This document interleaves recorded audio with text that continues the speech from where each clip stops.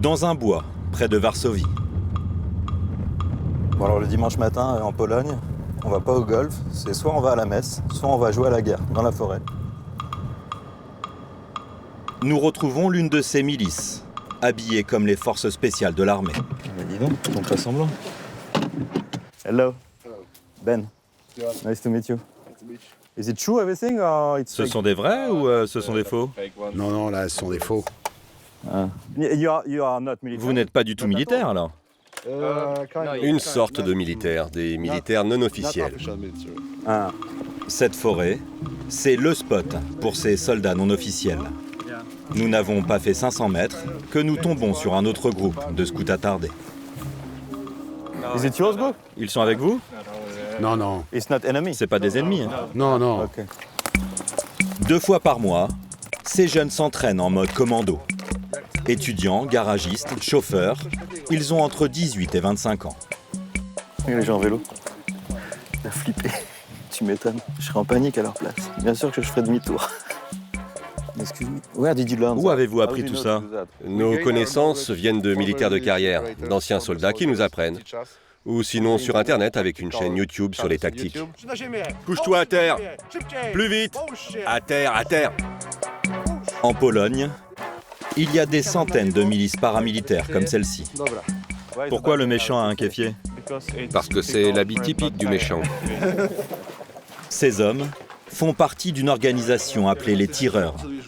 Elle compte plusieurs milliers de membres un peu partout en Pologne.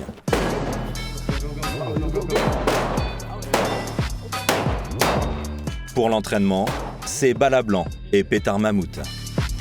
Waouh. Pourtant, ils affirment se préparer pour une éventuelle guerre. Non. Who could Qui be pourrait your être enemy votre in ennemi the dans le future? futur? Nous n'avons pas d'ennemis en particulier. C'est la seule chose que nous sommes autorisés à dire. Ah. La Pologne n'est pas très bien située sur la carte. Donc c'est bien d'améliorer nos techniques de défense. Et c'est aussi une question de patriotisme. La popularité et la notoriété d'organisations paramilitaires comme la nôtre ont beaucoup augmenté depuis les guerres en Crimée, en Syrie et ailleurs. Ces milices viennent d'être officialisées par le gouvernement. Une loi les a intégrées au sein d'un corps de l'armée, appelé la défense territoriale. Le ministère de la Défense compte réunir une force de plus de 35 000 hommes. Ce pays de l'Union européenne, qui a peur d'une invasion de migrants ou de la Russie, est dirigé depuis l'automne 2015 par cet homme, Jarosław Kaczyński, le chef d'un parti nationaliste, ultra-conservateur et ultra-catholique appelé PiS. Varsovie, la capitale de la Pologne, le pays de Jean-Paul II. Nous nous incrustons à une messe dans l'une des principales églises au cœur de la vieille ville. Tous les 10 du mois, la droite dure polonaise s'y donne rendez-vous.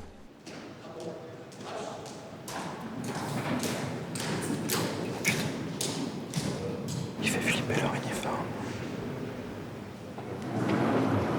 Jarosław Kaczyński ne manque aucune de ces cérémonies.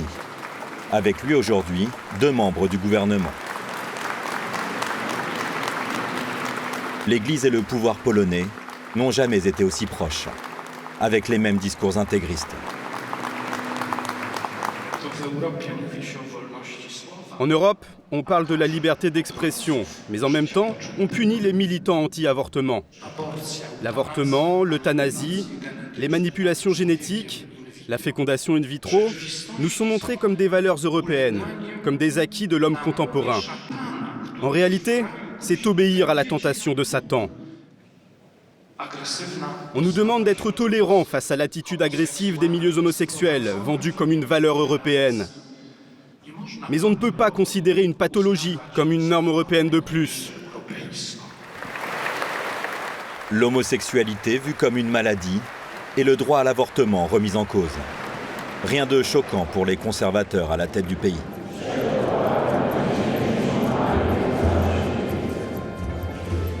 À l'extérieur de l'église, une manifestation contre le pouvoir s'organise.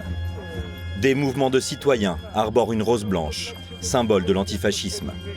Mais tous se font contrôler par la police. Moi, je préfère ne pas sortir ma rose. Je la sortirai quand la manif commencera. Pour vous, il n'y a aucun doute, le PiS, c'est un parti fasciste. Le langage utilisé par Kaczynski, par les membres de son parti et par ses journalistes, c'est le langage du Troisième Reich. Ils emploient des slogans populistes, racistes contre les migrants et les réfugiés. En Pologne, il n'y a pas de migrants, pas de réfugiés arabes. Mais ce qu'ils disent fait que 80% de la société a peur que l'islam détruise leur culture. C'est le langage et les méthodes fascistes.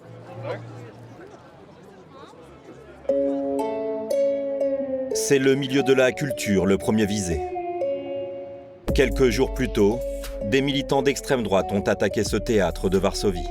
Ils jugeaient l'une des pièces à l'affiche blasphématoire. Dans une scène, floutée par la télévision polonaise, une jeune femme simule une fellation au pape Jean-Paul II. Et ça reste en travers de la gorge des catholiques intégristes.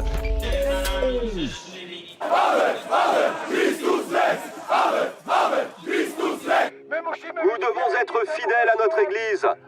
Nous devons nous battre pour ce qu'il y a de plus sacré. Prières de rue, fumigènes, slogans d'antan aux accents fachos.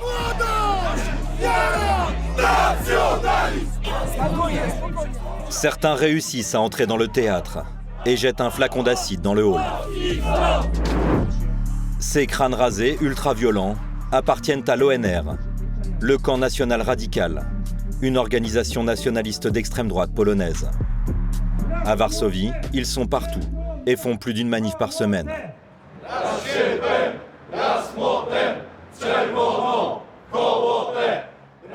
Aujourd'hui, ils demandent l'extradition d'un militant d'extrême droite qui a assassiné un communiste en Afrique du Sud. Mais nous sommes là pour échanger culture avec le chef de l'ONR. Benoît. Mais qu'est-ce qui vous a dérangé dans cette pièce de théâtre? Vous l'avez vu d'ailleurs? Si vous mettez le doigt dans la prise électrique, est-ce que vous voyez l'électricité? J'ai suffisamment entendu parler de cette pièce pour savoir que c'est une pièce blasphématoire. Le pape est à la tête de l'Église catholique. C'est une personne importante. Et on lui fait une fellation? Pour nous, c'est inadmissible. Et ça nous suffit. Et peu importe les arguments, nous ne sommes pas d'accord. Nous pensons que la liberté a ses limites. Ensuite, on a voulu parler de l'histoire de l'Afrique du Sud. S'il vous plaît, pas si près. Mais ça s'est mal passé. Vous êtes pour l'apartheid? Oui, bien sûr. On ne peut plus marcher dans la rue de nos jours. Pourquoi? Le crime, les négros. En 2003, il y a des criminels qui, avec des grenades et des kalachnikovs, sont allés dans une église pendant la messe. Et ils ont tué les gens.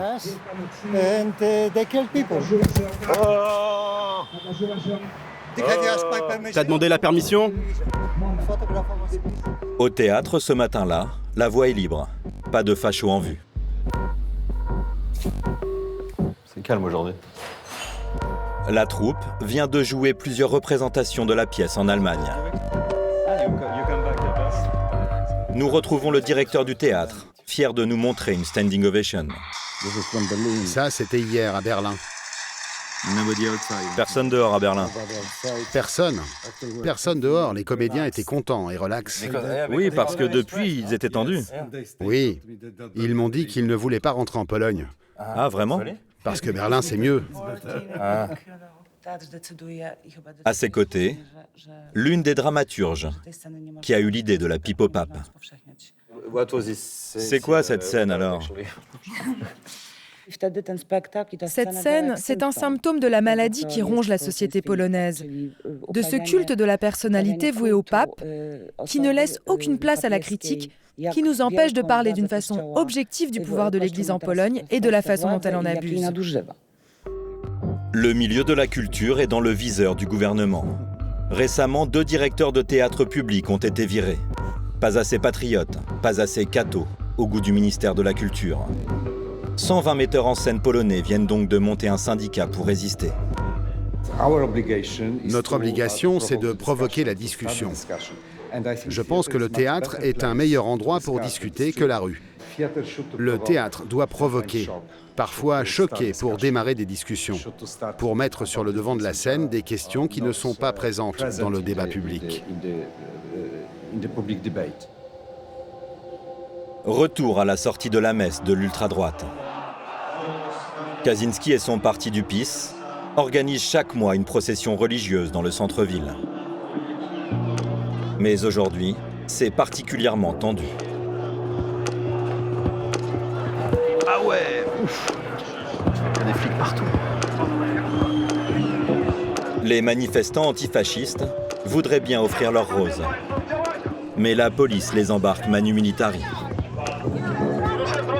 Laissez-nous passer, ne gênez pas l'action de la police. T'as pas honte? Partez d'ici immédiatement.